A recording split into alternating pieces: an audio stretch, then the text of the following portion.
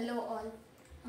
இன்னைக்கு நம்ம இந்த வீடியோல எதை பத்தி பார்க்க போறோம்னா வந்து கோல்ட் வந்து எப்படி நம்ம பை பண்ணுவோம். ஜெனரலா நம்ம எப்படிலாம் பை பண்ணுவோம்னா either ஒரு பாண்ட் மூலமாவோ அல்லது பிசிக்கலாவோ அல்லது கோல்ட் சீட்டு கட்டி மேக்கிங் சார்ஜஸ் இல்லாம அப்படியே நம்ம வாங்குவோம் கரெக்ட்டா. சோ இதெல்லாம் நம்ம அப்படிதான் வாங்கச்சல வந்து இது நீங்க வந்து கோல்ட் வந்து அப்பவே இமிடியேட்டா தேவைக்கு வாங்குறீங்களா இல்ல ஒரு இன்வெஸ்ட்மென்ட் பேஸ் பண்ணி இன்னும் ஃபியூச்சர்க்காக தங்கம் விலை ஏறிட்டே இருக்கு. சோ நான் என்னோட ஃபியூச்சர்ல இன்னும் 20 வருஷத்துக்கு அப்புறம் விலை அதிகமாயிடும். சோ நான் இப்பவே சேர்த்து வைக்கிறேன் என்னோட டாட்டர் மேரேஜ்க்காகவோ இதுக்காகவோ நீங்க சேர்த்து வைக்கிறீங்க. சோ அதனால நான் இப்பவே கொஞ்சம் கொஞ்சமா வாங்கிட்டு இருக்கேன் அப்படின்னு நினைச்சீங்கன்னா இது வந்து ஒரு இன்வெஸ்ட்மெண்ட் தான் கரெக்டா.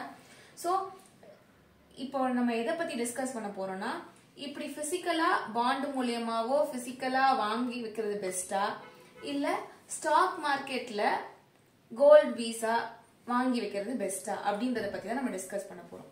சப்போஸ் நீங்க இமிடியேட்டா வேணும் அப்படின்றதுக்கு நீங்க ப்ரொசீட் பண்றீங்கன்னா அதுக்கு நீங்க ஜெனரலா பிசிக்கலாவே வாங்கிக்கலாம்.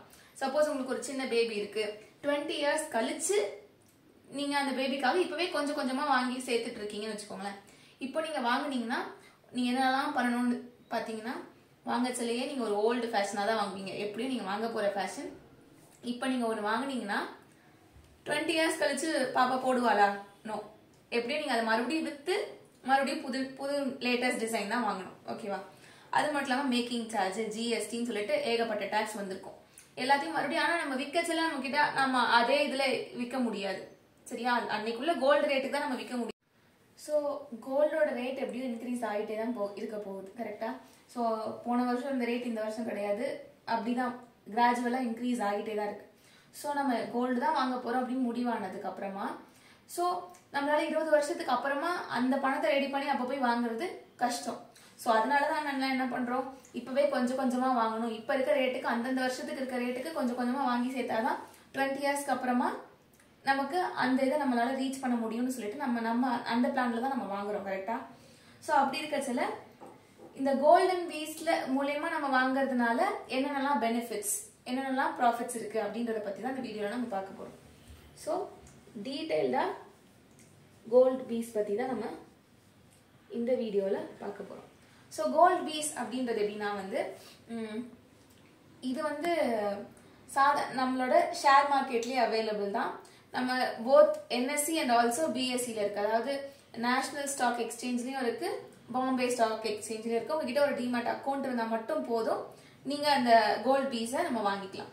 ஸோ இது எப்படின்னா வந்து இது அவங்களாவே ஒரு வச்சிருப்பாங்க, ஒரு யூனிட் அப்படின்னு சொல்லி வச்சிருப்பாங்க. ஒரு யூனிட்டுக்கு இவ்வளவு பிரைஸ் அப்படின்னு வச்சிருப்பாங்க அந்த டேட்டுக்கு ஏற்றபடி.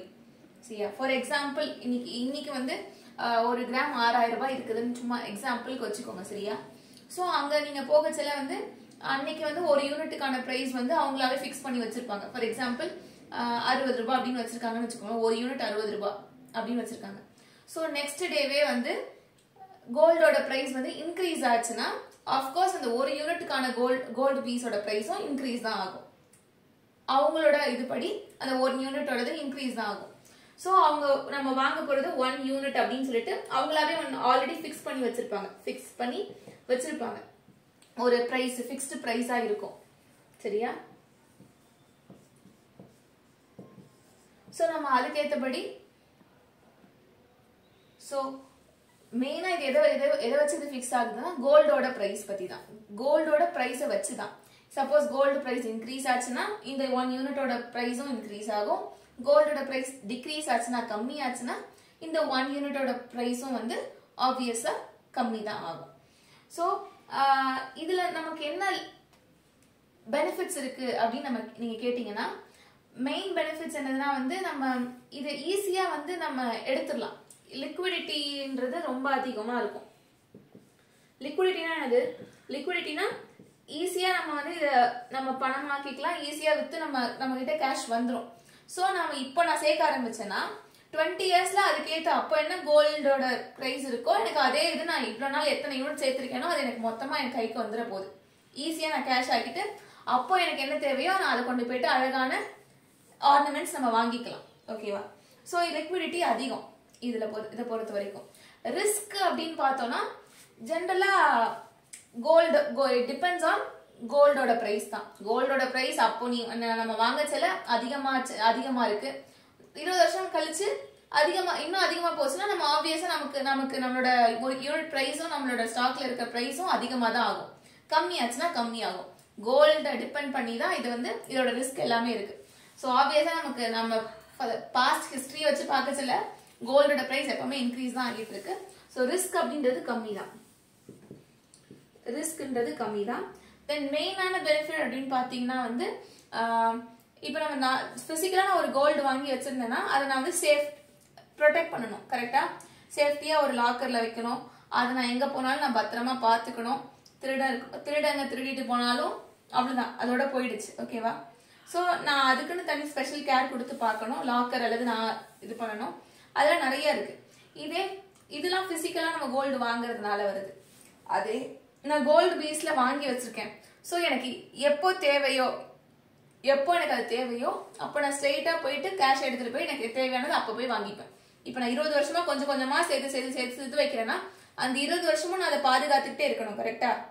ஆனா இதுலனா நான் ஸ்டாக்கா வாங்கி வச்சிட்டேன்னா எனக்கு எந்த பிரச்சனையுமே இல்லை. 20 வருஷம் முடிச்சதும் நான் என்ன தேவையோ நான் வித்ட்ரா பண்ணிட்டு நான் எனக்கு தேவையானதை நான் வாங்கிடுவேன். அது மட்டும் இல்லாம வந்து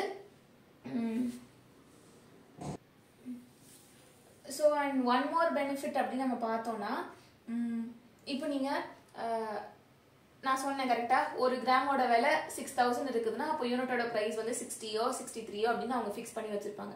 அது எப்படின்னா அவங்களாவே அந்த ஒரு கிராம வந்து 100 யூனிட்டா அவங்க பிரிச்சு வச்சிருக்காங்க. ஸோ ஒரு யூனிட்டோட விலை 60 ரூபாய் அப்படின்னு வச்சுக்கோங்களேன். ஸோ அப்போ எல்லாருக்குமே ஈஸியா ஆக்சசபிள். நான் ஸ்ட்ரெயிட்டா 6000 வச்சு நான் ஸ்ட்ரெயிட்டா 1 கிராம் தான் வாங்கணும்னு அவசியம் கிடையாது. நீ கம்மியா சேலரி வாங்குறியா, கம்மியா ஏர்ன் பண்றீங்களா, ஸோ டோன்ட் வரி. நீங்க பாருட்டு உங்களால முடிஞ்சது எவ்வளோ, அந்த 1 மந்த்துக்கு உங்களால 5 யூனிட் வாங்க முடியுமா, 10 யூனிட் வாங்க முடியுமா, 600 ரூபாய் இருக்கா 10 யூனிட் வாங்குவீங்க. 1000 இருக்கா நீங்க பாருட்டு எவ்வளவு வாங்குவீங்க, 1200 இருந்ததுன்னா 20 யூனிட் வாங்குவீங்க. ஸோ அப்படியே நம்ம சேர்த்தா கூட ஒரு 3 மந்த்ல நம்ம கிட்ட எவ்வளவு வந்துடும், 5 to 10 மந்த்ல 1 கிராம் 2 கிராம்னு சொல்லிட்டு அதுவும் நமக்கு வரதான் செய்யும். எல்லாமே கோல்டோட ரேட்டை டிபெண்ட் பண்ணி தான் இருக்கு. ஸோ ஈஸியா அக்சஸ் பண்ணிக்கலாம்.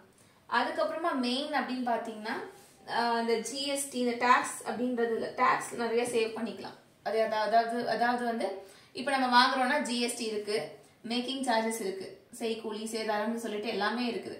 அப்புறம் நம்ம இப்பவே வாங்கி வச்சதுக்கு அப்புறம் நம்ம ஆனா இந்த கோல்டு பீஸை பொறுத்த வரைக்கும் அந்த மாதிரி எதுவுமே கிடையாது. ஸ்ட்ரெயிட்டா நம்ம கோல்டுக்கான பியூர் கோல்டுக்கான 99.5% பியூர் கோல்டுக்கான பிரைஸ் இருக்கும்.